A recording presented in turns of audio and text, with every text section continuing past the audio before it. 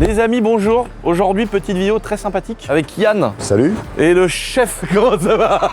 Le grand chef. Le créateur. Yann et son papa, les amis. Aujourd'hui, petite vidéo très sympa parce que c'est vrai qu'on a fait plein de vidéos avec Yann sur ma chaîne YouTube, sur sa chaîne YouTube, pour le magasin, pour le plaisir. Et on n'a jamais parlé du côté comment ça a commencé GMR, d'où vient l'idée, est-ce que c'est une idée, etc. Et on s'est dit, rien de mieux que de faire une petite vidéo sur ma chaîne secondaire, axée un peu plus business. Et donc là, on est devant le deuxième magasin. Deuxième magasin, oui. Le premier 5 rue Pierre-Lise, qui a duré parce que plus de 30 ans. Le premier magasin, c'était là-bas, il n'y en a pas eu un autre avant. Non, on a trouvé les murs, on s'est dit on bouge pas, c'est trop. On est trop feignants pour bouger.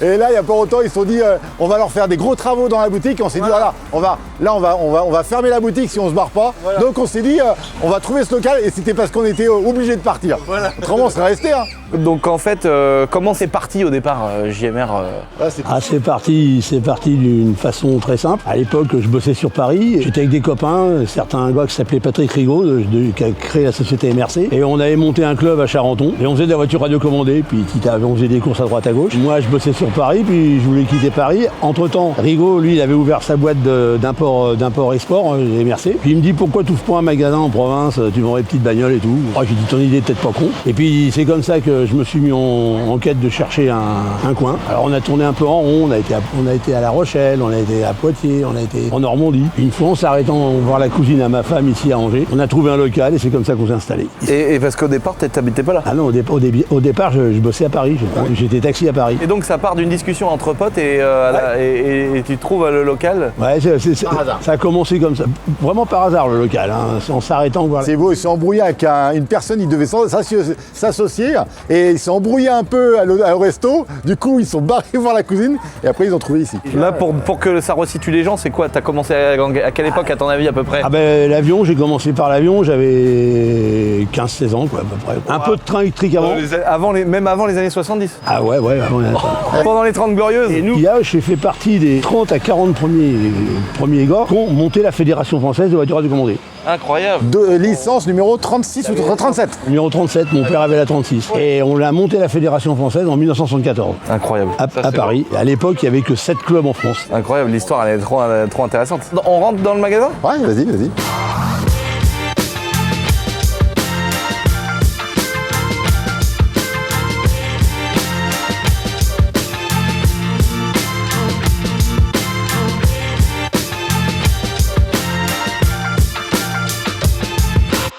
Moi, je me souviens des premières images que j'avais de toi. Je savais même pas au départ que tu avais le magasin de modisme. Parce que vous étiez chez Lilian avec mon père. Oui. Oui. Mon père, il m'emmenait dans un bar. Donc c'est Lilian qui est décédé aussi.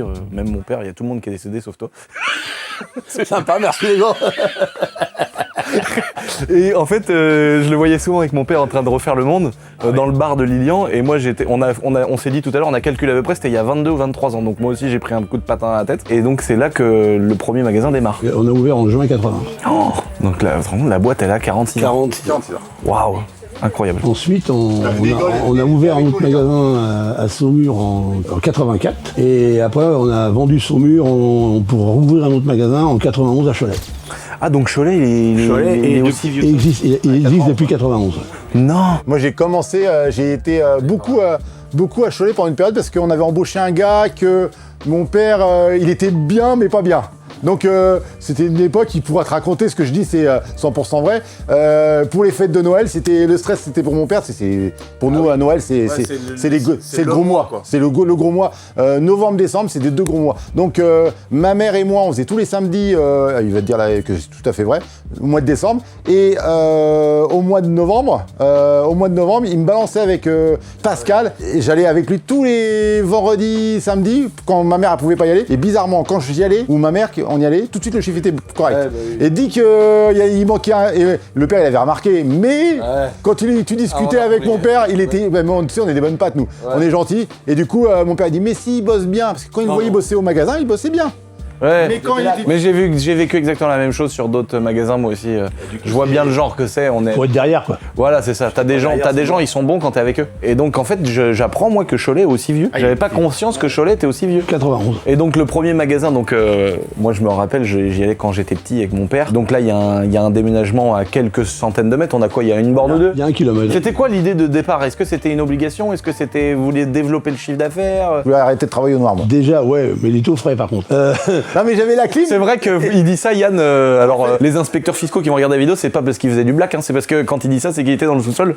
Je me souviens, fallait rentrer, il y avait un petit escalier rond, et tu descendais en bas. Et en fait, si tu veux, tu voyais pas le jour du tout de la journée, à 0 fenêtre. Et il y avait pas une histoire comme quoi t'étais collé au mur des coffres-forts de la banque? Si, bah toujours. Et on a percé une fois, il a percé des trous pour fixer des rails. Tu veux me demander quelque chose, je sens.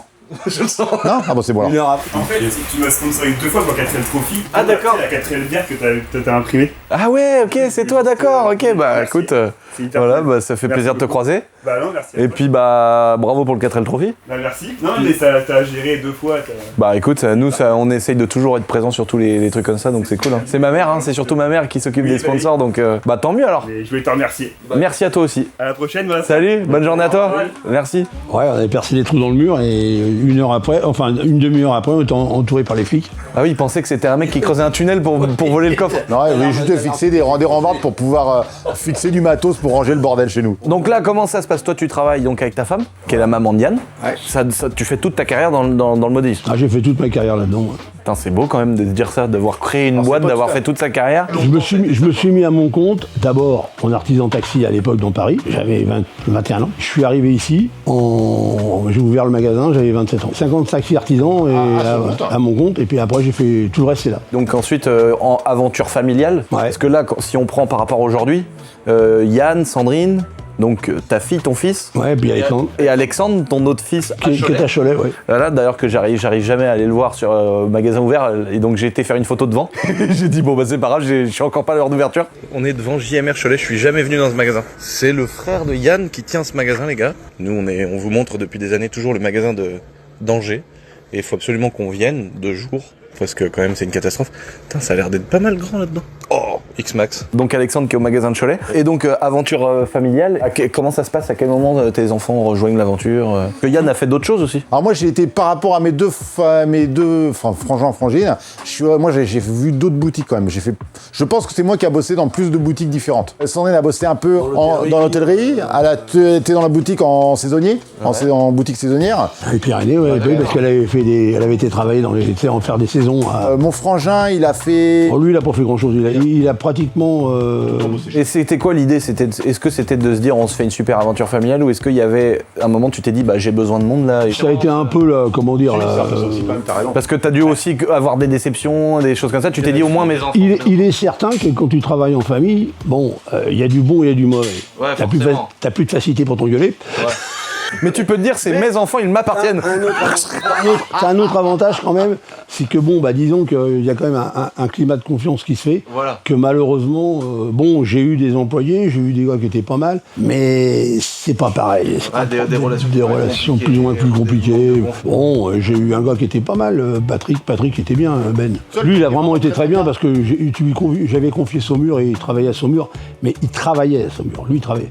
Que malheureusement, l'autre, c'était pas le cas. Donc ça a été une histoire de confiance et en même temps un besoin parce que l'activité... On ne pouvait pas tout faire tout seul. Et l'activité se développe, mais donc il y a Angers qui fonctionne depuis des décennies, mais est-ce que tu t'es dit peut-être au départ ou après, est-ce qu'on va pas en faire un à Rennes, à Nantes, machin, ou est-ce que l'idée de départ c'était de se dire on fait 2 boutiques? Réellement, ils y ont pensé. Et il y a un moment, tu te dis, Faut mettre du monde encore. faut mettre du monde dedans, et là tu retombes sur le problème de confiance. Ou alors, puis là, après, il faut prendre une structure très gérée par informatique. Et dans un bordel comme ça, c'est très compliqué.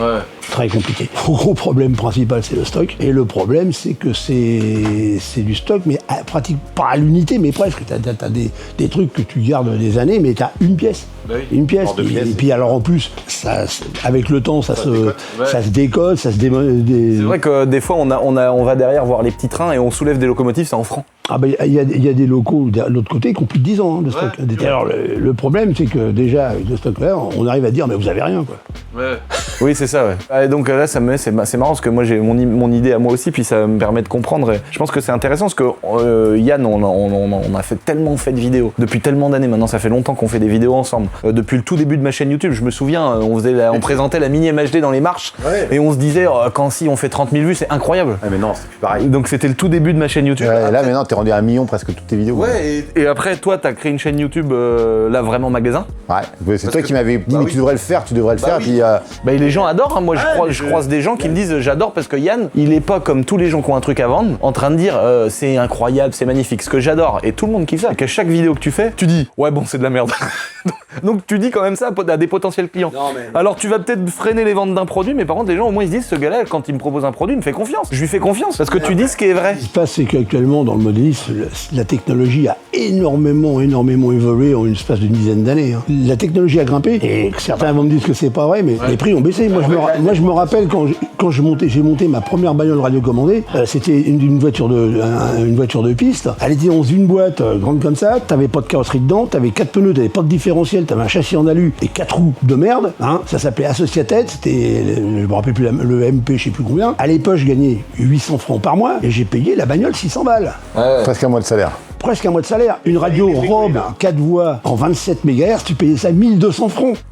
Et la voiture, t'avais 2 charnières qui tenaient les 2 roues avant. À l'arrière, t'avais un arbre rigide. T'avais pas d'amortisseur, t'avais un semblant d'amortisseur avec le... Même pas les premières. Les premières, on appelait ça des planches à roulettes, mais c'était un châssis en alu avec...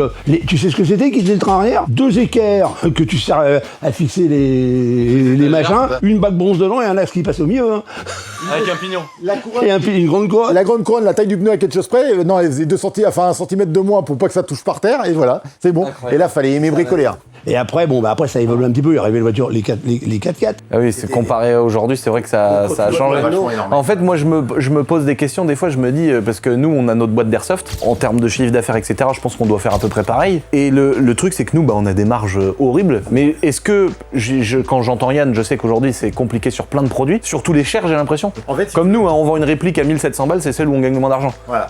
Donc j'imagine que le Traxxas à 2000, tu ne l'achètes pas 800 €. Quoi. Mais est-ce qu'il y a eu une époque différente? Il a connu la meilleure époque, l'époque... Bonne époque au début, mais ça a duré jusqu'aux années 90, 2000 quoi. En fait, ce qui s'est passé, c'est que mon frangin a tenu le magasin pendant qu'ils étaient partis au sport d'hiver. Du coup, on en avait parlé un peu déjà avant, ça serait bien qu'on agrandisse le magasin. Et mon père, des fois, il est pas facile pour les évolutions. Non. Et non. Et là, avec mon frangin, tous les deux, on appelle ma mère et puis on dit, on a commencé un petit peu à ranger. On a un projet, c'est on fait un magasin en bas. On agrandit le magasin, on fait toute la RC en bas. La partie train, machin. Et comme ça permet d'agrandir tel chiffre d'affaires grâce à ça parce que... En bas, il y avait 124 mètres carrés. 120 mètres carrés. Et il y avait 75 en haut, 124 en bas. Et du coup, avec mon frangin, on commence à casser une cloison. Parce qu'avant, c'était coupé en 4 dedans. La première agrandissement, ça a été fait avec moi et mon frangin, Alex. Sandrine n'était pas encore dans la boutique, elle était encore aux études. Et du coup, en fait, à cette époque-là, elle était encore à l'école. Et du coup, avec le frangin, pendant qu'ils étaient partis, nous, on a fait notre truc, on a tout agrandi, on a tout commencé à mettre en place. Et quand ils sont arrivés... Ça, c'est des stratégies quand même, j'imagine, à définir, à se dire, est-ce que ça va être intéressant d'avoir plus grand? Ça pouvait être que bien. Ouais, parce que même, parce que t'investis quand même dans plus de stock, t'investis dans plein de trucs, mais vous étiez déjà à 200% de là où vous étiez, quoi. Ça pouvait être que bien. Non mais j'étais pas pour, je reconnais. Mais faut reconnaître une fois qu'ils l'ont fait, ils avaient raison. Voilà. C'est comme la première fois, j'ai commandé un gros lot de matos. Commande, je sais plus, 100 hélicos identiques. Et mon père, d'un seul coup, il voit le colis arriver et là, il me défonce. C'est vraiment le terme, tu sais, quand il est de bonne humeur, il me défonce. N'y mettez pas bien. J'en ai tellement chié au départ à monter le merdier. Parce que au départ, tu peux demander à Patricia, on en a chié au début. Les 5-6 premières années, ça n'a pas été de la tarte. Parce que tu arrives dans un coin où, bon, je connaissais un peu de monde, j'ai eu du bol. En arrivant ici, je suis rentré tout de suite en contact avec le club de voitures radiocommandées. Et les mecs, c'était des mecs super sympas, Jean-Louis et compagnie. Ils m'ont même donné un coup de main à monter le magasin, tu vois, à faire les travaux du magasin. Parce que les travaux du magasin, je tapais tout moi-même. Hein. J'ai coulé la chape et tout le bordel. Et donc, on en a tellement eu dur à se lancer, tu vois. Mais avant que ça démarre bien, on a 5-6 ans. Puis bon, faut dire qu'on s'est pas donné trop de délai, puisque en 84, on a eu l'opportunité d'ouvrir un magasin sur mur, et on a plongé dessus dessus. Donc on a ouvert Saumur à peu près en même temps, si bien qu'elle était à Saumur, moi j'étais à Angers. Ça a été quelque chose. Et alors après, évidemment, c'est sûr. Après tu te dis putain, c'est tellement dur que. Quand tu commences à souffler, tu te dis on relance. Même après là, quand on est venu acheter ici, ça a été différent après. Ah, là, ici c'était mieux parce que la structure de là-bas marchait pas mal. Puis là, le déplacement était pas grand. Il y avait qu'un kilomètre. La clientèle a suivi assez facilement. Après, on a eu l'avantage de pouvoir se donner 1 an, parce qu'il faut savoir qu'entre le moment qu'on a acheté là-bas, on s'est presque donné 1 an avant de déménager. Ouais, pratiquement, on a restauré l'appartement au-dessus, on a pris notre temps pour faire ce qu'on voulait faire dedans, on savait qu'on voulait l'agrandir, on savait qu'on voulait faire pas mal de choses. Là, en fait, techniquement, ici, c'était des fenêtres, ici, là. Là, c'était une fenêtre, et là, c'était pas de fenêtre. Bon les amis, avec cette chaleur, on a fait une petite pause fraîcheur. Je me suis offert aujourd'hui, voilà. Alors, on espère qu'on va pas faire couler la boîte, mais je me suis offert aujourd'hui un framboise et un fraise intense. Oh là là, le fraise intense, il a le milieu blanc. Je vais me régaler. Tu veux un macaron? Ah bah oui, il vient de s'en envoyer 3, c'est vrai. Si vous avez besoin d'un petit macaron, vous n'hésitez pas à passer au magasin. On peut vous les graver dans la machine pour un événement, un anniversaire, un date, un rendez-vous d'entreprise, etc. Moi, ce matin, j'avais rendez-vous avec des banquiers. Paf, j'ai sorti le petit macaron avec le logo de la banque. Ah, ça fait fureur. Alors là, ça plaît. Donc si vous avez besoin, n'hésitez pas à passer à la boutique. Donc je compte sur vous les potes, je vous fais des gros bisous et je vous dis chaud, ça colle. Surtout de ce temps-là. Je vais m'envoyer ce petit plaisir-là. Oh, le cœur fondant. Il a oublié de vous raconter une histoire. Moi, ça m'a vraiment marqué. Moi, j'étais pas du tout dans le modélisme. Hein. Et c'est quand il retournait le vélo et il se servait du pneu pour démarrer le moteur thermique. Ah, il y a que sur un moteur qui avait pas de lanceur. Ah, c'était à l'époque. Et ça, moi, ça m'a vachement marqué. Mais parce que toi, tu travaillais aussi t'avais un autre job au lancement. Elle avait un beau job, elle. Ah, donc t'as pas été tout de suite au lancement de la boutique dedans? Ah si, aussi. Ah si, dès le lancement. Quand t'as un super job, c'est un pari aussi. Là, c'est des coups de poker. Hein. Nous, quand on a quitté Paris, qu'on est venu ici, on a mis, mais alors j'avais un karting, je l'ai vendu, elle avait sa bave, je l'ai vendu. Vous avez fait tapis. On avait tapis. On est arrivé avec une vieille RC toute pourrie, j'avais acheté 300 balles. Ah oui, c'était. Ah ouais, le vrai challenge, mais. La voiture de taxi, elle a été vendue à un ami qui il avait dit que Patricia, le jour où tu te maries, je te ferai un beau cadeau. On a été au garage, on a cette voiture. Elle avait 240 000 km, elle bouffait 5 litres d'huile au 1000. C'était quoi comme bagnole? Une 504. Ah, une 504. Ah ouais, elle avait fait 240 000 km de Paris. Hein. Ah ouais. Elle faisait le taxi tous les jours. Hein. Au fond du garage, il a regardé par la fenêtre, il a dit si, je la rachète à son vendeur. Oh non. Elle était morte de chez morte. Ah ouais, moi je me rappelle quand j'étais tout petit, ma mère elle roulait déjà en 505. Et donc 504 c'est encore plus vieux quoi.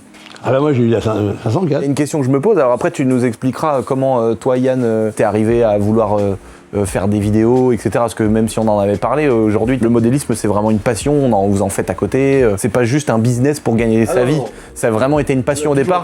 Voilà, et puis toi aussi quand t'as lancé le truc, tu disais tout à l'heure c'était une discussion avec un copain qui a fini par monter une boîte, mais c'est une passion au départ. Non, il avait un réseau de train avec son père, il y a eu un réseau de train avec mon grand-père, et ils ont fait de l'avion avec mon oncle qui habite à Albi, et donc en fait... Tout a commencé réellement, le modélisme à cause de Georges, le cousin à ma mère. À chaque fois qu'on venait de vacances, on passait à Albi. Et lui, alors quand j'arrivais, j'avais ton âge, j'avais 12 piges. J'arrivais chez lui, putain, il avait un Richelieu de 2,50 m de long. Non, mais un bateau, un Richelieu, 2,50 m. Il restait 80 kg pour le faire naviguer, tu vois. Il avait le château Palmer, il avait un sous-marin. Puis un jour, il dit, oh, Guy, viens me voir, je vais te montrer, j'ai un avion. Alors, il nous a fait voler l'avion, il l'appelait Picasso, l'avion. C'était un gros, un peu comme ton zinc qui est chez moi, là. Ouais. Mais il servait pour le remorquage. Mais alors, comme il crachait un peu, il était réparé avec le solar. Alors, il était rouge, vert, jaune, bleu. C'est pour ça qu'il l'appelait Picasso. Puis alors, il faisait du multi. Alors, un jour, ils ont envie. Puis il dit, oh putain, ne me parle pas, quoi. J'étais sur le vol d'eau, j'étais à ras du sol, il y a une putain de taupe qui a levé le bras, elle m'a coupé le fuselage en deux. Je te jure, il était terrible ce mec. Et à cause de ça, arrivé en rentrée de vacances, et avec mon père, on avait vu l'avion, on fonce chez le magasin à Champigny-sur-Marne. Et c'est là qu'on a acheté notre premier avion, un Taxi 2 avec une radio Graupner. Et j'avais 15 ans, quoi. Ça a commencé comme ça. Pour que les gens comprennent, JMR aujourd'hui c'est connu par rapport à Yann, par rapport aux vidéos qu'on fait, en tout cas ceux qui regardent cette vidéo, de voitures, de modélisme, etc. Mais en fait, le train prenait une grosse place dès le départ. Est-ce que c'est toujours le cas aujourd'hui? C'est du modèle réduit, JMR, de la maquette? Non. Disons que le train, j'ai commencé par le train parce que j'avais pas l'argent à l'époque pour acheter de la RC. Mais bon, on avait fait un réseau avec mon père, un petit réseau, 1m85 sur 6 mètres de long. Mais c'était un petit dans le grenier. Mais bon, le train, ça allait. Puis bon, la RC, ça coûtait très cher à l'époque. Parce qu'à l'époque, c'est pareil, pour faire un ensemble radiocommande avion, machin, t'en avais pour 4-5 000 francs. Mon père gagnait 1200 balles par mois, tu vois, c'était énorme, c'était énorme. Et donc le train, mais quand on a ouvert le magasin par lui-même, on était plus orienté RC. Le train, c'était une toute petite part de machin. Qui a pris de l'ampleur quand même, je me rends pas compte aujourd'hui. Le train, c'est très compliqué le train. D'abord, c'est malheureusement une clientèle de personnes âgées. Parce que le train coûte cher. Ouais. En rapport de la RC, ça coûte plus cher. On a vu des petites locomotives comme ça à 450 €. Là. Voilà, le train coûte très cher. Bon, la technologie en train, c'est pareil, elle a évolué énormément, mais le problème par rapport à la RC, où la technologie a évolué et que le prix est resté stable, bon, c'est vrai qu'il y a des voitures chères, mais disons que tu as des très bons produits en RC à des prix raisonnables. Que le train, dès que tu commences à avoir une loco qui est en digital, ça s'envole. Là, les 3 gros axes, c'est la maquette, donc les petites boîtes qu'on voit derrière, où on peut monter une moto, une voiture, la peindre. Il y en a qui sont déjà peintes, il y a des modèles réduits, etc. Le modélisme avec la partie avion, bateau, radiocommande, voiture. Et le petit train, c'est les 3 gros axes. C'est les trois axes. Ouais. Et en pourcentage de répartition, vous saurez dire, c'est quand même, moi dans ma tête à moi, j'ai l'impression que c'est 70% les voitures, avions, radiocommande, on va dire la partie Diane. J'ai l'impression qu'il y a 20% les maquettes et 10% le train. Non, la RC c'est environ 60%. Okay. Le train à lui-même, il doit faire dans les 25-30%. Ah, quand même. Et la maquette a mangé énormément, malheureusement, parce que les jeunes sont beaucoup moins intéressés à la maquette qu'il y a 20 ans. Après, il faut penser à un autre truc. Pourquoi c'est facile. J'aurais pensé que le train passait après les maquettes. Non, mais parce qu'en fait, une maquette, quand tu vends une maquette à 100 balles, t'as une putain de maquette. Là, t'as vraiment une belle maquette. Une loco à 100 balles, ça va vite, ça va très vite. T'achètes la moindre loco. Là, on parle pas de digital, on te parle d'une loco normale, t'es 90 balles. Donc t'es dans du. T'as peut-être moins de volume de clients, mais force, ça fait plus de chiffres. Voilà. Parce qu'on parle en chiffres. Donc en fait, si tu veux, l'avantage avec une loco, tu rentres dedans, t'achètes 3 rails, un aiguillage, t'as mis 100 balles. Ouais, d'accord. On est 3 rails, un aiguillage. Hein. On n'a pas parlé de 30 trucs. Et c'est tout à fait ça. Un aiguillage, c'est sans motorisation, sans rien, c'est 30 balles minimum. Ouais, donc tu veux la motorisation avec, t'es 60 €. Tu veux mettre 2-3 petits rails droits, 10 balles à quelque chose près, enfin 2-3 €, mais ça va vite. C'est un peu comme à l'époque, il y en avait plus peut-être dans l'ancien magasin du Scalextric. C'est spécial. Disons que le Scalex rentre un peu dans la vente du train, à peu près. Ça rentre dans le même domaine. Le circuit routier a énormément perdu. Par rapport au train, ça a vachement perdu. Mais c'est le RC qui a repris tout ça, quoi. Ouais, ça a toujours été le RC qui a été. T'as les consoles aussi qui sont là quand même, qui viennent jouer en jour. Ah oui, le jeu vidéo. Le jeu vidéo, demain, tu veux faire de la vraie voiture, t'as le volant, t'as tout ce qu'il faut. Ouais, Forza avec le très réaliste. Avec les voitures RC, t'as la même sensation de pilotage avec faire du drift, tout ça, c'est sympa. Ouais. Le circuit routier, t'es vraiment limité, t'accélères, tu ralentis, tu tournes pas le volant. Ouais, mais c'est un autre délire quand même. Moi, je trouve ça un beau circuit Scalextric. Je trouve que c'est quand même un truc vraiment sympa quand même. Ah, c'est super classe. Moi, j'ai vu des décors, on a vu des circuits, des très beaux circuits avec des décors magnifiques. Par exemple, pour le train, ce qu'il y a, c'est que tu as des mecs qui vont te. Je sais pas si tu as déjà vu des expos de circuits de train. On a été à Tokyo, t'as des réseaux de train qui sont magnifiques. Show et tout. On a été chez une marque. Kato. C'est exactement ça. On a été au siège. Ils font du N. On est le 2e étage. On mettra quelques images dans la vidéo. C'est fabuleux. Ah ouais, non mais ils ont refait la gare de Tokyo avec les étages dans les trains. Les avions qui atterrissent. Ouais, j'ai vu ça. À Hambourg, là, t'as acheté un coup d'œil sur le truc d'Hambourg. Ouais, j'ai vu les avions qui décollent. Les avions qui décollent. À Hambourg, il y a 83 km de rails. Mais il y a un truc aussi, World, je sais plus quoi, à Lyon, là. Il y a un Mini World à Lyon. Et c'est vachement bien, ils ont fait un beau truc. C'est un peu dans l'idée de Hambourg, mais plus petit. Mais disons que le train, ce qui est bien, pour un gamin qui veut faire du train, c'est que l'avantage du train, c'est que tu as le décor. Ça fait que tu fais de l'électricité, tu fais de la peinture, tu as de la créativité dedans. Tu as la créativité. Tu vois. La lacune, c'est malheureusement le prix du matériel roulant. Parce que le décor coûte pas trop cher. Bon, le décor, il y a de la démerde dans le décor. Hein. C'est ça. T'improvises un peu. Quoi. Le RC domine parce que, pareil, comme le train, les coûts des véhicules sont assez chers, donc ça permet de prendre vite de l'avance sur la maquette. Et je me posais la question aussi, à l'époque, c'était vraiment la répartition, c'était énormément de thermique. Ah, il y avait moi, quand on a commencé, l'électrique n'existait pas. À part en bateau. Il n'y avait même pas du charbon. J'ai une connerie. Il y avait du Tamiya électrique. Mais en rapport de ce que c'était. Pour le coup, c'était l'électrique qui était moins performant. Ah oui, tu parles, on était. Quand t'avais les Roadrunners ou les Grasshopper, t'étais avec des 350 Babushi. Il a parlé du Grasshopper.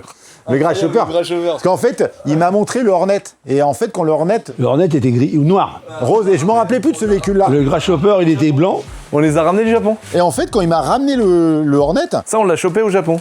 et quand tu vois le Hornet, tu vois le châssis du... C'était le Grasshopper, oui. C'est le châssis du Grasshopper. Et en fait, la vraie amélioration, c'est que le Hornet a une carrosserie Lexan et le Grasshopper, il est... Carrosserie classique. Plastique rigide blanc.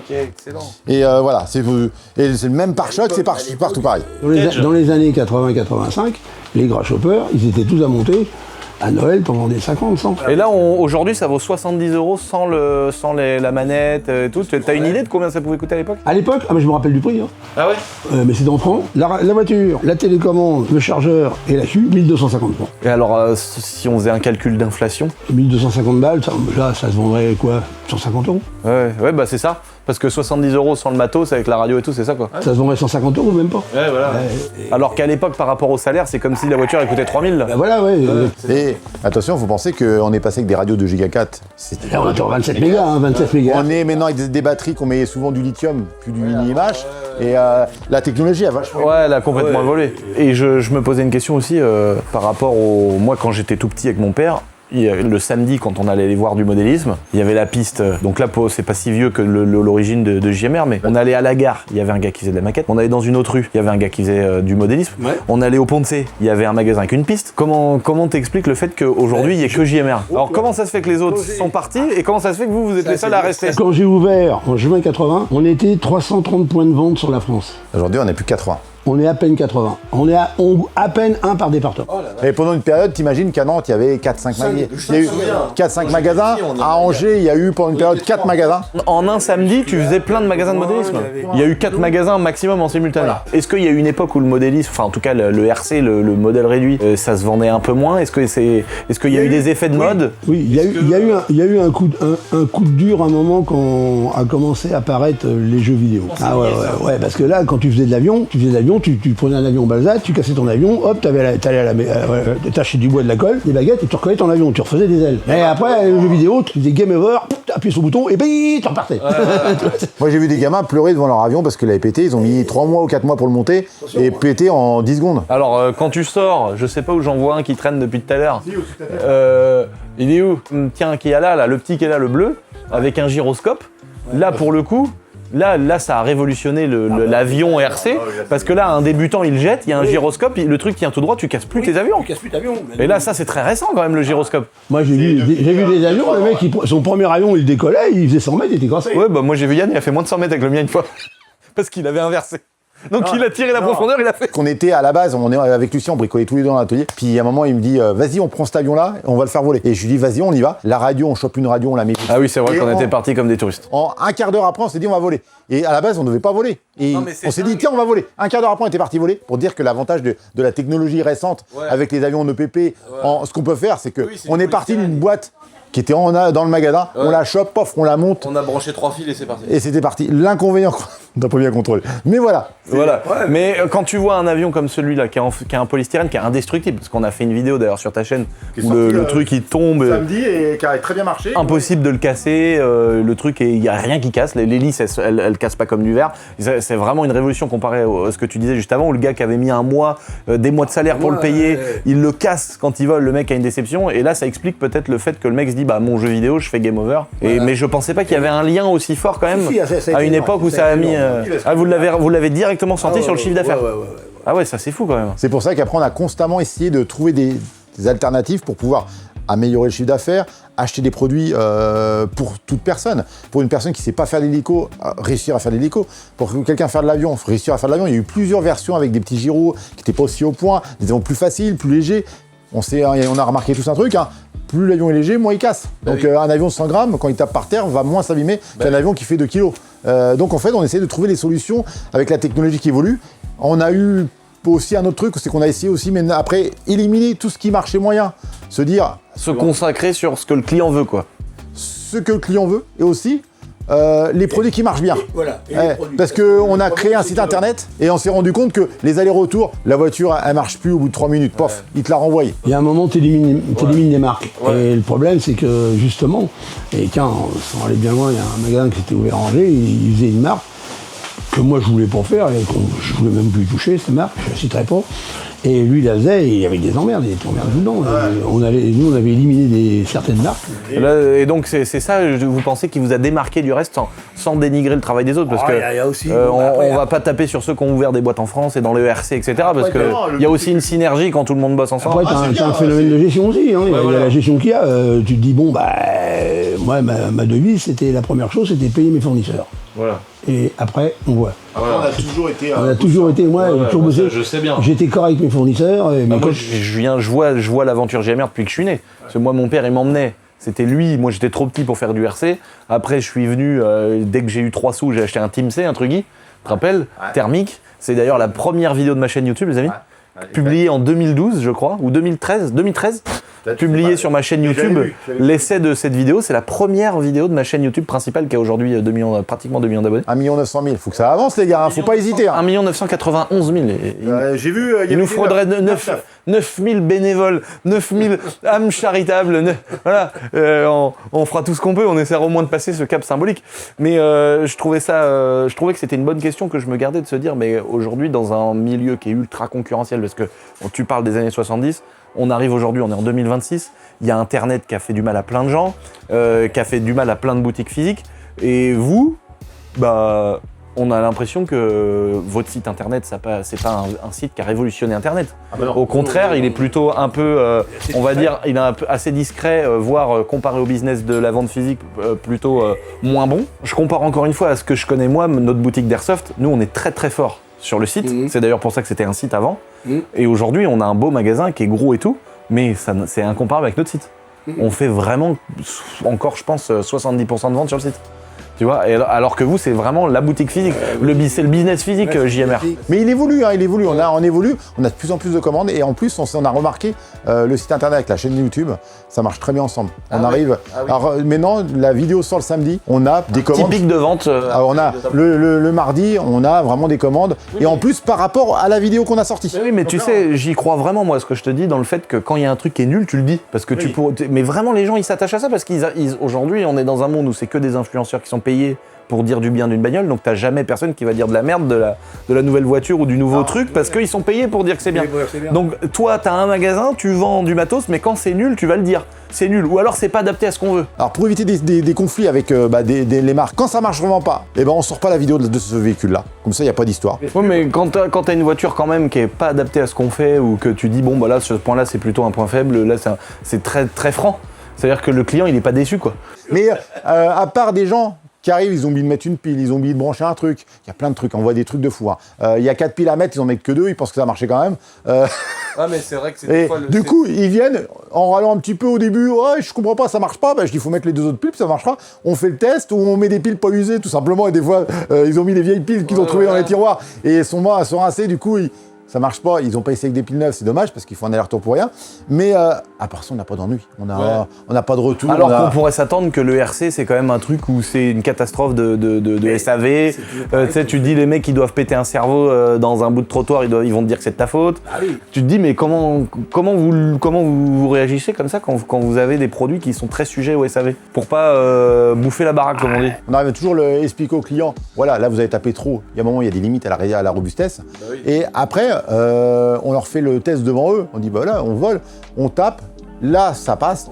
On pourrait s'attendre quand même à ce que ce soit une vraie contrainte, mais en fait, c'est surtout du conseil client. Voilà. On n'a pas un SAV de fou. On a un entretien sur les véhicules régulièrement. On sélectionne les produits. On ne se fait pas chier avec certaines, comme je disais tout à l'heure, on se fait pas chier avec certaines marques. Et c'est quand même un domaine de passionnés, donc les gens vont quand même avoir le côté où ils vont penser au serrage, regarder, etc. Non, c'est fini ça. C'est fini ça. Parce qu'au début, le RC, c'était vraiment ça. À l'époque où tu as parlé de la première voiture, fallait tout monter, fallait optimiser ton... T'as acheté une voiture, tu l'optimisais toi-même. Tu montais ton différentiel, tu mettais tes planétaires, tes satellites, tout. Parce que t'as bien compris ce que je veux dire, c'est tu l'optimisais sur toi-même. C'est-à-dire qu'il y a des pièces qui n'existaient pas pour la véhicule, c'est toi qui créais, qui usinais ton truc, qui bricolais avec du plastique, du machin, pour l'améliorer. Moi j'ai connu avec mon grand-père, les premières compétitions quand j'ai commencé, on optimisait les véhicules encore. Et encore, c'était les années 80-90 que je te parle. Et maintenant, au jour d'aujourd'hui, quand tu vois un MP11, quand tu vois des voitures, un FG comme ça, au jour d'aujourd'hui, t'as rien à faire dessus. Tu peux optimiser un petit peu. C'est du réglage, c'est un cerveau plus performant. Que là, ils créaient des pièces. Ils faisaient un nouveau support de carrosserie parce que ça allait pas. Ils prenaient un petit en alu qu'ils usinaient un peu eux-mêmes. Et des platines époxy. Voilà, et les platines époxy qui découpaient parce que c'était trop fragile. Là, moi, ce que j'appelle, c'est du vrai bricolage. C'est vraiment du taf sur le véhicule. Que là, maintenant, au jour d'aujourd'hui, le gars, il dit tiens, je voudrais une pièce option, je voudrais mettre une petite plaquette de renfort sur le châssis. Il vient chercher la pièce. Il passe. À aucun moment, il va dire je vais la faire fabriquer moi-même, la pièce. À l'époque, ils faisaient ça. Ils bricolaient. Alors, ils n'étaient pas rendus à ce niveau-là, tellement qu'il y avait de travail autour. C'est le principal pour que ça marche bien. Mais quand je te dis, tous les sauces-cerveaux, tout était très compliqué. C'était Chacun avait sa petite recette. Ouais, puis c'était très archaïque. Les voitures valaient Il y avait un même prix des mecs d'or. qui fabriquaient leur bagnole eux-mêmes. Trois petits admirateurs. Ah oui. À cause, Ça va les gars? à cause du bruit. Vous voulez faire une photo? Allez les gars, bonne journée à vous. Merci monsieur. Salut, au revoir. Tiens, essaye, tu vois pourquoi que nos produits marchent bien? C'est ça, tu vois. Tu prends un hélico comme ça. Nouvelle version, tu l'as jamais essayé. Tu filmes ou tu filmes pas? Si, c'est bon. T'appuies sur le bouton, hein? Tu le fais monter. Alors, il y a un petit peu de courant d'air dans le magasin, par contre, t'as un petit coup de vent. Et là, t'as un hélico, tu peux... Putain, il est vraiment maniable. Hein. Est-ce que tu veux l'essayer un coup vite fait pour voir? Alors, pour l'intérieur, pareil, t'appuies sur le bouton, hop, tu fais... Non. Ah oui, il atterrit incroyable. Tu rappuies sur le bouton, il décolle automatiquement. Ah bah j'ai l'impression qu'il y a un manque de confiance par rapport à mon pilotage. Tout le monde s'est écarté. Ah ouais d'accord, attends c'est dingue. Non, tu couples pour le faire tourner sur lui-même. Alors, il clignote, ça veut dire qu'il n'y a plus trop de batterie quand il clignote. Et donc là tu rappuies sur landing. Incroyable. Et tu peux l'atterrir manuellement si tu veux. Et ça vaut pas 700 €. Ça vaut 100 balles. 119 €. Autant tu prenais un Junior 50. Quand tu coupais les gaz, il atterrissait automatiquement tout seul. Non mais c'est dingue de pouvoir commencer le modélisme avec 100 € de budget. C'est dingue. Quand tu vois l'évolution, c'est pour ça que je dis l'évolution, elle est énorme. Avec Yann, je redécouvre l'hélico thermique avec ces engins-là. Ça, dans le temps, un Junior 50 comme ça, moi j'en avais un, j'ai payé ça 8000 balles, 8000 francs. Puis attention, tellement que c'était sûr, on mettait un cerceau d'1,50 m en dessous pour pas péter des pales. Bah, c'est ta façon d'apprendre. Moi, j'apprends pas, j'ai pas appris comme ça, mais voilà. Attention, les gyros. Alors, moi, quand j'ai appris à faire l'hélico, déjà, quand même, les premiers conseils qu'il m'a donné, t'inquiète pas, tu vas tout casser. Et du coup, j'ai commencé avec. Parce qu'à l'époque, moi, j'ai commencé à faire de l'hélico, en fait, quand on s'est mis à vendre des G47G, groupe NER. Et on a été à des salons, ma mère, une fois, les 2 champions du monde de vol synchronisé. Et ma mère, comme ça, elle regarde. Moi, je volais avec les Birotor G47G, double champion du monde. Et ma mère a dit, mais mon fils, il pilote bien. Je volais avec les G47G. Et j'avais jamais piloté un thermique, moi, à cette époque-là. Du coup, le gars, il me l'a prêté son hélico et il m'a fait voler avec ça. Et en fait, on commençait à vouloir faire l'hélico et on avait, il va s'en rappeler, c'était Antoine qui bossait à la boutique à l'époque. Ah oui, Antoine, oui, ok. Et du coup, il bossait, c'est lui qui s'occupait de tout ce qui était réglage hélico. Parce que moi, je venais juste de retourner à bosser avec eux. J'avais 30 ans à cette époque-là. Et du coup, je reviens à la boutique et je me remets à bosser avec eux. Donc, Antoine, il avait plus l'habitude que moi sur tout ce qui était à hélico. Mais j'ai pris plus vite le coup, par contre, au niveau du pilotage. Donc, en fait, souvent, il réglait l'hélico. Et je me démerdais, c'est de le faire voler. Ouais, d'accord. Mais c'était vraiment, je me démerdais, parce que quand tu vois comment il réglait ça, c'était coton. Et du coup, c'était le début de l'hélico thermique avec les Raptors et tout là. Alors c'était les grosses époques Raptor. Et en fait, toute cette époque-là, on s'était mis... Et puis là, c'était l'époque avec les G47G. Donc les mecs, ils se donnaient, ils avaient l'impression d'être bons.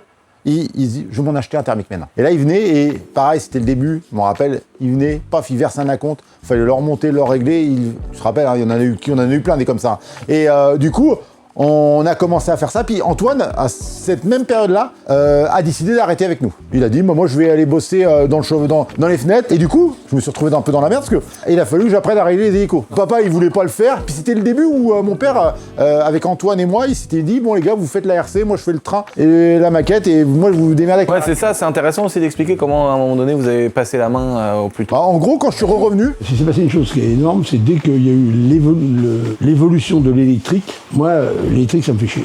Ouais. Il n'y a pas de moteur, il n'y a pas de bout de moteur, il n'y avait rien. J'ai levé le pied. Moi, du moment qu'il n'y a pas un moteur qui fait, c'est pas bon. Et ça s'est fait un peu naturellement du coup de... Ah oui, puis bon, j'étais branché dedans. Je vais être honnête, actuellement, maintenant, bon, je donne un coup de main de temps en temps, je me précipite pas. Mais Patricia, connaît mieux les chargeurs et les batteries que moi. Ouais, mais après, quand tu as pris ta retraite et puis que tu lèves le pied, tu t'en occupes moins. Et maintenant, si tu veux des renseignements poussés sur les chevaux, lequel qu'il faut jouer, il est mieux. C'est comme ça que tout de suite la passation se fait. Et d'un autre côté, ça, vous aussi, pour chaque enfant, ça vous permet de mettre un vrai pied dans l'entrepreneuriat, aussi de l'immobilier, parce qu'il y a eu, j'imagine, une construction fiscale avec des SCI et tout le bazar. Donc là, on a créé une SCI ici. Donc on est... alors c'est un montage, on a essayé de faire intelligemment de façon... Histoire de payer des murs et en plus, voilà. Intelligemment par rapport à... On est 3, donc on n'est pas à 4. Donc à 4, ça serait facile. Les parts seraient réparties. Mais 3, s'il y en a 2 qui veulent partir, l'autre qui veut continuer, il peut être tout de suite dans la merde. Ouais. Donc on a essayé de faire une SCI avec une réglementation un peu spécifique entre nous, de façon que demain, moi je veux partir avec ma sœur, mon frangin n'est pas dans la merde. La boutique, elle n'est pas vendue tout de suite. On a un temps de... C'est pas un étranger, tu veux dire, qui vient et qui prend les parts. En fait, les parts, on a toujours... parce que mes parents ont resté actionnaires. Alors, c'est pas beaucoup, c'est 5%. Ma mère, 5% aussi. Moi, on a 5 et 5. Et eux, ils ont 30 et 30. C'est pas ta quantité de parts qui te donne plus majoritaire sur ta décision, c'est le nombre de personnes. Ouais. Donc en fait, demain, 2 personnes qui partent à 30, on a toujours le mot à dire pour vendre les parts. C'est important d'en parler parce que dans les montages fiscaux de certaines entreprises, il y a des gens qui sont associés. On entend souvent les gens qui disent « moi j'ai 51, comme ça c'est moi qui prends les décisions ». Mais en fait ça veut rien dire. Voilà, là tu peux être soit à part égale justement, où là la question se pose pas, mais tu peux aussi faire quelque chose d'intéressant parce que par exemple vous êtes 3, tu peux tout décider avec un pacte d'associés. Voilà. Parce que sinon, par exemple, vous êtes 3 enfants, il y en a un qui arrête, il peut très bien vendre ses parts à un étranger. Vous vous retrouvez associé à quelqu'un que vous connaissez pas. Et on est tous à 30%, donc en fait... Mais même quelqu'un qui a 2% ou 95%, il pourrait vendre ses parts à un étranger et toi tu te retrouves forcé d'être associé à quelqu'un que tu connais pas. Ouais, et c'est pour ça que c'est important. Alors je m'y connais moins en mariage, mais c'est important d'avoir un pacte d'associé quand tu t'associes à quelqu'un, parce que tu vas définir ces règles-là. Ouais. De dire tiens, bah là, par exemple, mes parents aujourd'hui ils ont moins de parts que nous, mais par contre tout le monde a la décision qui va être autant importante. Et ça, à son mot à dire. Et ça, c'est vachement important. C'est le meilleur moyen qu'on a trouvé pour de façon que si demain quelqu'un part ou 2 personnes partent, foutent pas la société en péril et puis foutent pas le magasin dans la merde en fait. Et du coup, en faisant ça, on est entre guillemets tous bloqués et on a, je crois, c'est 1 an. Oui, une sorte de préavis. On a un préavis d'1 an pour récupérer ton argent. Donc ça veut dire que si demain je veux vendre mes parts, ils sont tout de suite prioritaires pour acheter mes parts. Non, mais l'aventure familiale, au moins, il y a aussi cette confiance où on sait qu'on a confiance, mais tu sais, comme tu te maries, tout ça, tu peux... et du coup, en fait, en faisant ça, on s'est protégé de nos conjoints, tout simplement, mutuellement, et de façon à, demain, éviter les ennuis dans l'entreprise. Même si tu as des problèmes dans ton couple, eh ben, si tu cumules ça partout à la fin, ça devient compliqué. Que là, en faisant comme on a fait, on est pratiquement tout protégé. Alors oui, on a passé 2-3 lundis... Chez l'avocat fiscaliste, avec les comptables. Pour mettre ça tout à plat, en réfléchissant, est-ce qu'on peut faire ça, est-ce qu'on peut pas faire ça? Ouais, mais c'est hyper important. Pourquoi je le dis dans cette vidéo? Parce que j'en parle souvent moi dans mes vidéos aussi. Il y a plein de gens, et moi je le vois très souvent, de gens qui s'associent avec des inconnus. Moi je vois des gens qui nous appellent, qui nous posent des questions, qui nous expliquent des histoires où ils se sont associés avec un ami qu'ils connaissent depuis 4 mois, où ils se sont associés avec quelqu'un qu'ils connaissent pas trop mais parce qu'ils avaient un centre d'intérêt commun mais ils se connaissaient pas trop. Et en fait les mecs d'un seul coup ils se fâchent. Il y en a un qui a travaillé plus que l'autre, il y en a un qui a pris plus d'argent que l'autre. Les mecs se fâchent et d'un seul coup, c'est carrément comme des fois des mariages où t'as un intermédiaire, un médiateur qui prend la parole. Il y a que des échanges d'avocats par mail et en fait le gars il peut très bien vendre s'il n'y a pas de pacte d'associés, donc c'est part à quelqu'un que tu connais pas et là ça devient une catastrophe. Donc c'est pour moi hyper important de faire justement un pacte d'associés où tu fixes les règles au départ. Le début de la première création, avant qu'il se fâche, à la base il devait s'associer avec un autre couple et qu'une personne qui connaissait, alors je sais pas parce que moi j'étais pas avec eux. Enfin, si j'étais avec eux, mais très très petit, donc je. Ouais, t'étais petit. Moi aussi, hein, dans le peu de temps que j'entreprends, je fais des choses comme ça. Ça fait qu'une dizaine d'années, mais j'ai aussi fait des choses où j'ai stoppé à la dernière minute parce que je me suis dit, bon là, je sens que ça va pas le faire. Il y en a tellement qui ont des idées, mais qui n'ont pas le temps, qui veulent pas mettre le temps de travail à faire pour que ça marche vraiment. Ça, faut être motivé pour bosser. Se mettre à son compte au jour d'aujourd'hui, c'est quand même compliqué. Demain, si t'es pas bosseur, je pense que c'est compliqué. Hein. Faut pas compter tes heures. Hein. Quand on me parle, tu sais déjà que la personne qui dit ouais, moi je fais 38 heures, 39 heures, 42 heures. Déjà, tu vois que le mec, il compte plus ses heures. Moi, au jour d'aujourd'hui, je compte pas mes heures, comme ça, je gagne du temps. Si je commence à compter, tout ce qu'on fait, nous... Moi, j'ai jamais compté, hein. Jamais. En plus, parce qu'à l'époque, c'est pareil, quand on a commencé, il fallait se faire connaître, donc Le tube était ouvert du lundi au samedi, mais le dimanche, t'allais sur le terrain, t'allais faire des démos, t'allais faire des compétitions, des machins. Alors t'allais à Cognac, t'allais à droite, t'allais à gauche. J'aimais bien les Cognac parce qu'on allait en cure. Et est-ce que c'était une volonté dès le départ, quand vous avez créé la boîte, de vous dire il faut qu'on structure, qu'on fasse une SCI, que la boîte, parce qu'il y a un moment donné où tu te dis, bah ça y est, on est arrivé au moment où on peut en vivre, on a un salaire, et à quel moment c'est arrivé le moment où vous vous êtes dit il faut qu'on achète les murs? Ah ben déjà à la base, moi quand j'ai ouvert, j'ai acheté les murs. Mais l'immobilier à l'époque devait avoir rien à voir avec aujourd'hui. C'était quand même pas donné parce qu'en plus les intérêts étaient à 17,60. On n'était pas à 3%. Hein. Ah ouais, le premier magasin, vous avez acheté à 17,60. 17,60 les murs. Mais nous, on avait, sinon qu'on avait trouvé un truc. C'est un coup de hasard, c'est pareil. Quand on a acheté, quand on est arrivé ici, la cousine nous a emmenés voir pour chercher de ranger. Et elle dit tiens, là ici, tu vois cet endroit-là, c'est un endroit qui va être revu complètement à neuf. En face, c'était un dépotoir, c'était des garages, des hangars, c'était dégueulasse. Puis il y avait un local, à côté de la caisse épargne, t'avais un grand grillage qui était vide. Bon bah ouais, on va voir l'agence, le mec il en avait rien à foutre et il nous dit ouais bah c'est à vendre, ouais bah si, alors on dit combien, Warno il nous donne le prix. Puis si vous voulez plus de renseignements, vous avez qu'à voir avec le promoteur. Ah bon, il est où? Bah il est 22 boulevard de Courcelles à Paris. Bah, pour moi il m'en avait dit trop, j'ai dit je faisais le taxi à Paris et il dit laisse tomber garçon, j'allais voir. Et puis il vient nous voir, on discute avec lui, il dit qu'est-ce que vous voulez faire, on lui explique. Et il dit ben ouais c'est vraiment le dernier local. Alors il dit bon bah voilà, pour le prix, bah je dis bon on est d'accord, ça marche. Il me dit bon, alors il y avait une histoire avec, parce que l'autre il voulait sa com, mais normalement en province les coms, le prix est affiché commission comprise. Alors à Paris, ça c'est pas le cas, alors ils se sont gueulés. Bon, il me dit bon ok, je vous laisse à ce prix-là, il n'y a pas de problème, c'est d'accord. Il nous a obtenu un crédit, parce que pour avoir un crédit à cette époque-là, c'était très compliqué. Pour ouvrir un commerce de modèle réduit, on a eu un crédit au Crédit Hôtelier de France. C'est lui qui s'est démerdé à l'avoir. Puis c'est comme ça, mais alors après, au départ, on voulait le louer. Mais le prix qu'il nous le louait Était plus cher que de rembourser le crédit. À 200 balles près, il était le même prix que nous coûtait le prêt. Ah ouais, d'accord. Alors les prêts sur 7 ans. Ah, sur uniquement 7 ans? 7 ans, ah oui, c'était sur 7 ans. Ouais. Aujourd'hui, la référence, c'est 20 ans, quoi. Les gens, ils achètent sur 20 ans. C'est pas tellement la première année, c'est qu'après, ils voulaient faire un pourcentage sur le chiffre d'affaires pour faire le loyer. Si on avait loué, Ah oui. ils révisaient le loyer, mais à l'époque, ça se faisait, oui. Et du coup, ils l'ont acheté en nom propre, ils n'ont pas fait de société à cette époque-là, pas de SCI, rien. Et en fait, c'était le début où ils se sont rendus compte que, alors c'est pas négatif ce qu'ils ont fait, mais c'est qu'en fait, demain, la boutique marche pas, tu perds ta boutique, tu perds tout. Parce que tout est en nom propre, donc tout est à toi. Au jour d'aujourd'hui, si demain la boutique ici ne marche plus... T'as sécurisé les murs via la société. Parce que la SCI n'est pas au même nom que JMR. Mais oui, mais moi j'ai fait pareil avec à Beaucouzé là-bas. J'ai fait pareil pour sécuriser. Là, j'ai fait une SCI là-bas. Le château, c'est une SCI. Donc comme ça, s'il y a un truc, ça emmène pas tout le bordel. Voilà, comme ça tu gardes tes biens. Là, il est fini de payer depuis cette année. Et du coup, en fait, on sait que ça, c'est à nous. L'autre local est toujours à eux. Pareil, alors c'est à mes parents, l'autre local. Mais là, du coup, vous aviez fait un crédit pas très long non plus, du coup. On a fait 10 ans. Ah ouais, 10 ans, mais attends, c'est rare, mine de rien. Moi, tous les gens qui achètent des trucs, c'est tout de suite 15, 20 ans maintenant. Commercialement, t'en trouves à moins. Hein. Ouais, mais ça dépend sur des gros montants aussi, il faut voir. Bah, c'est pour ça que les banques, elles m'ont dit maintenant, ça sera 20 ans, monsieur. Parce que là, si vous cassez une jambe ou que vous mourrez, on est dans la merde. Donc on a acheté un bâtiment là, donc c'est pour ça que maintenant 10 ans, moi ils me diront non maintenant, c'est sûr. Je suis sûre que t'as pas acheté un bâtiment comme nous on a acheté. Ils ont acheté à Saumur un viager. Ah ouais, viager, ouais. La personne qui voulait vendre, les voisins voulaient acheter. Et ils négociaient le prix, ils baissaient. Et la mamie, elle a dit, non mais moi je veux vous vendre à vous, je vais vous faire une offre, vous pourrez pas la refuser. Ah bah le fêter, hein, c'est sûr. Hein. On a été voir le banquier, il faudrait prêter les frais de notaire. Le banquier il a dit, on fait pas d'habitude, mais on va vous prêter les frais de notaire. Ouais, la fin était très bonne. Et le type qui était dedans, quand on a visité, c'était une poissonnerie. Hein. Je te jure, on va dans l'arrière-boutique. Alors Patrick, il était grand, le type, il était pas très grand, hein, comme moi à peu près. Et il fallait un peu se baisser. Il y a Patrick, et vous n'enlevez jamais les toiles d'araignée. Ça attrape les mouches. Ça arrête les mouches dans une poissonnerie. Ah, je te dis pas.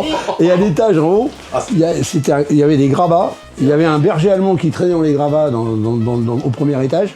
Et là, le mec, à un moment de Noël, il posait ses plats d'huîtres sur les gravats. Puis t'avais le chien qui tournait autour.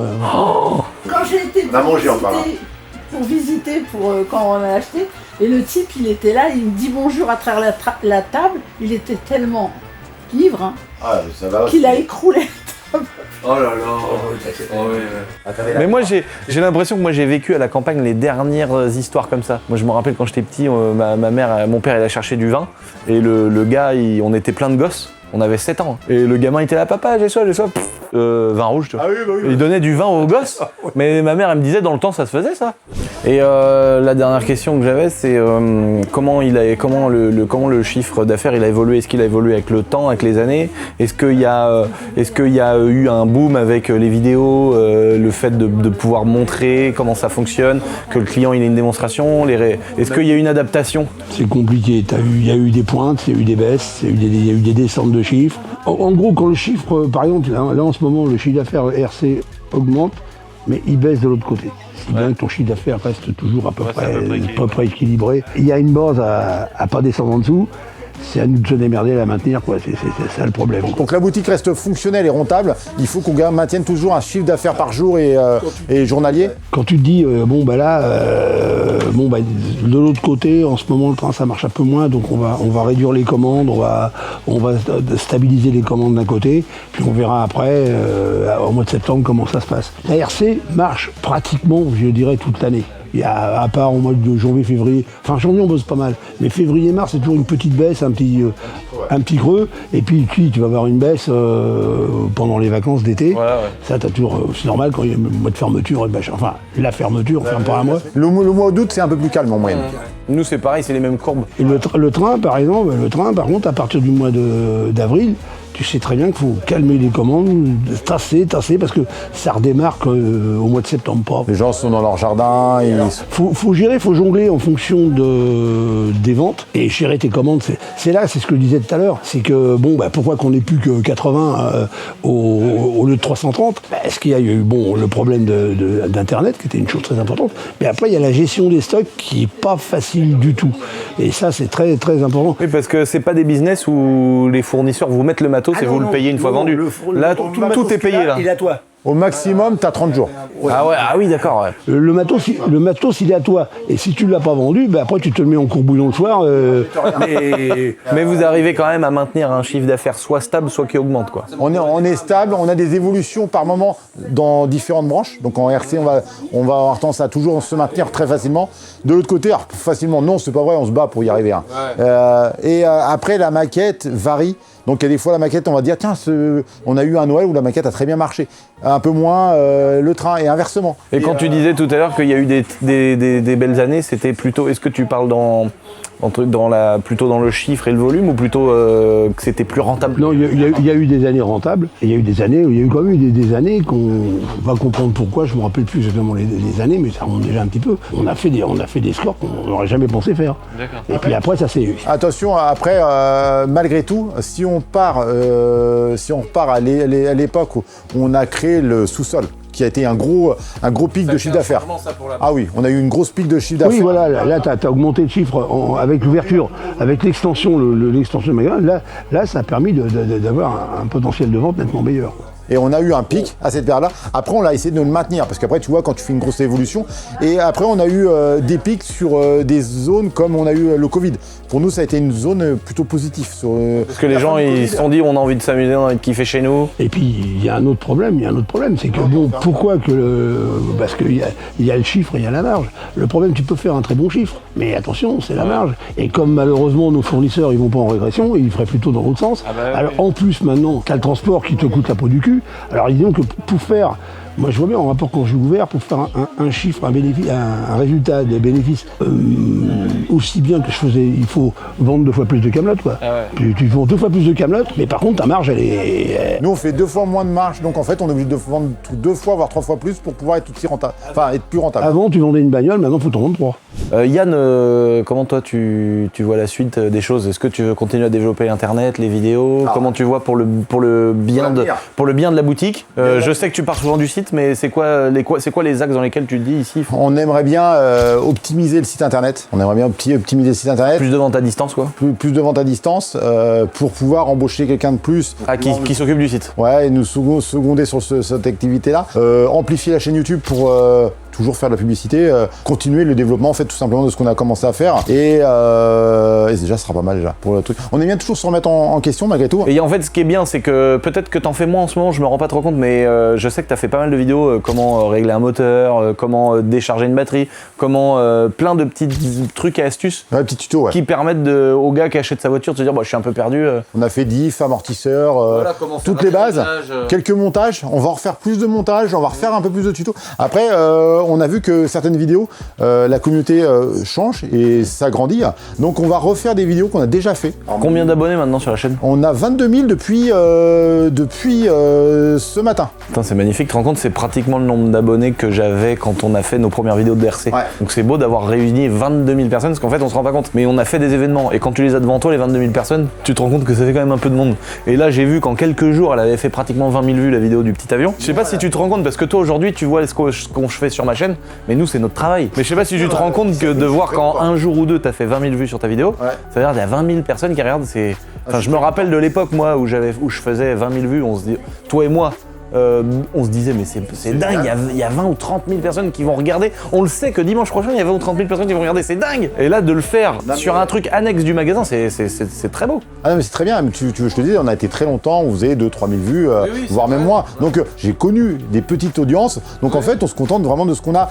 Il y a des fois on fait 5-6 000 vues, il y a des fois on fait 20 000 vues, on fait pas toujours plein de vues, mais on se contente de ce qu'on a. Ouais mais vous faites pas, tu y consacres du temps, tu augmentes je vois régulièrement du nouveau matériel, des nouvelles choses. Tu développes la partie vidéo, réseaux sociaux. Ouais, on essaie d'améliorer, puis ça fait une pub, alors c'est un coût malgré tout. Hein. Bon, tu veux pas investir dans les cartes SD avec des vitesses d'écriture importantes, ça j'ai remarqué. Non, c'est que, alors je m'y connais pas très bien, et du coup j'achète, et en fait, le problème qui s'est passé, c'est que plusieurs fois on a acheté, et en fait en ce moment il y en a pas. Bon Yann, on a eu tous les problèmes de la Terre. Je peux te dire que niveau caméra, niveau carte SD, vitesse d'écriture, logiciel, mais nous on est rendu à un point où on achète des ordinateurs à 20 000 €, parce que sinon ça bug. Donc les gars ils sont payés à attendre le truc à ça. Et là normalement les Mac ça va. Parce que moi j'étais anti-Mac. Les gars ils buguaient. Toi t'as connu ce PC là qui vient où t'es là, ça y est, tu fais ton montage, ça ne marche pas. Donc les gars ils attendent, ça bug, tu plantes des fois 8 heures de boulot. Et on a fait même un nouveau truc maintenant. On les loue. On les a en leasing. On est rendu à ce point-là parce que sinon bah, c'est trop compliqué. Et il n'y a que les Macs qui suivent et qui arrivent à faire du montage toute la journée sans bugger quoi. Pour l'instant on reste sur les PC, nous on a un petit budget. Donc du coup on essaie d'évoluer. On a amélioré les miniatures, on a amélioré les caméras, on a amélioré, on a acheté des DJI sonores, enfin les micros pareil pour améliorer la qualité de son. Donc on a essayé de mettre toutes nos chances de notre côté. Et progressivement on essaie d'évoluer. On demande à Hugo, aux gars, toi même aussi, ce qu'il faut pour améliorer, pour trouver nos petits défauts. Il y en a plein encore, hein, mais on essaie d'améliorer. Le côté authentique des vidéos, les gens ça leur plaît. Et... Après on veut rester, comme tu dis, authentique, nature. Pas faire trop de montage, rester basique sur nos montages. On sait pas faire beaucoup mieux à vrai dire. Et qui va, oui, mais qui va s'acheter une petite thermique ou un petit truc, au moins il sait qu'il a plein de tutos, plein de choses pour en faire chez lui. Donc voilà les gars. Après on a amélioré notre équipe aussi malgré tout. Parce qu'avant c'était moi qui montais mes vidéos moi-même. Donc c'était vraiment, comme je dis, là je faisais vraiment du. Bah moi je faisais quoi? En vrai une bonne vidéo, il y a la moitié qui compte. C'est parce que les vidéos quand on dit qu'elle est pourrie, c'est le son. Aujourd'hui quand t'as un bon son dans une vidéo, déjà t'as fait gros du travail. Ouais, mais c'est et des bonnes coupures au bon moment. Et ça y est quoi, tu vois, les intros, les feux d'artifice, les transitions en 3D, on s'en fout de ça. Oui, tu vois, une belle vidéo des fois en one shot avec un bon son, déjà c'est agréable à regarder. Surtout quand t'aimes bien ce que tu regardes. Donc les gars, n'hésitez pas à aller vous abonner à la chaîne YouTube JMR en dessous, on vous mettra. Il fait gagner 10 hélicoptères comme ça. C'est le chef qui les offre. Gentil, toi. Ce qu'on peut faire, c'est qu'on peut essayer de faire un truc, c'est que tu vas mettre combien de temps pour trouver tes derniers 9000 abonnés. On peut faire comme nous on atteint les 22 000 pour dire, ou prochainement on fait une vidéo, comme on atteint nos 22 000, on fait une vidéo où on fait un petit live ensemble et on fait gagner des t-shirts, on fait gagner des trucs. Je peux voir avec mes boîtes et puis avoir ça. J'ai commencé à en discuter parce que comme je savais que j'arrivais bientôt à 22 000, je me suis dit qu'on va atteindre les 22 000, on va essayer de faire un truc. Et en fait, je pensais les faire. Essayer de demander aux fournisseurs s'il y a. Ah mais c'est déjà prévu, déjà. Donc je peux avoir pas mal de petits t-shirts, que chaud et puis Track ça, ils sont déjà chauds pour m'envoyer quelques t-shirts. Donc ce qu'on pourrait faire, c'est faire un live et on en fait gagner pendant le live. Ouais, carrément, ou même une vidéo dans les commentaires. Ouais, ou même dans les vidéos, on peut rajouter ça. Les amis, hyper important de soutenir en vous abonnant à la chaîne YouTube. Pour le magasin, ceux qui ont envie de vivre l'expérience sympa, il y a déjà plein d'abonnés, nous, qui viennent dans notre petit Airbnb. Ils font le tour du magasin de macarons. Alors moi je rencontre souvent des gens qui me disent, on a été au magasin de macarons, on a été à l'Airsoft, on a été chez Yann. Et ils doivent te le dire aussi. Et on a été s'assurer à la boîte d'assurance et après on va à Nantes voir les motos. Et donc oubliez pas l'étape JMR les amis, c'est important, c'est à Angers et c'est vraiment à quoi 5-10 minutes de nos petites boutiques d'airsoft. Donc ceux qui ont envie de voir l'endroit ou de s'acheter une petite bagnole, il y a vraiment tous les prix. À tous les prix. On va de 30 €, 40 € À 5000. à 5000. Voilà, donc il y a vraiment tout. Oubliez pas de vous abonner aussi à ma petite chaîne YouTube secondaire les amis. On est bientôt, on n'est pas encore à 540, on est à 537 je crois. Ouais. Voilà, donc abonnez-vous aussi les amis. Et puis merci pour votre temps. Avec plaisir. Et voilà, plaisir aussi, c'est trop cool d'avoir partagé des choses que j'ai appris aussi.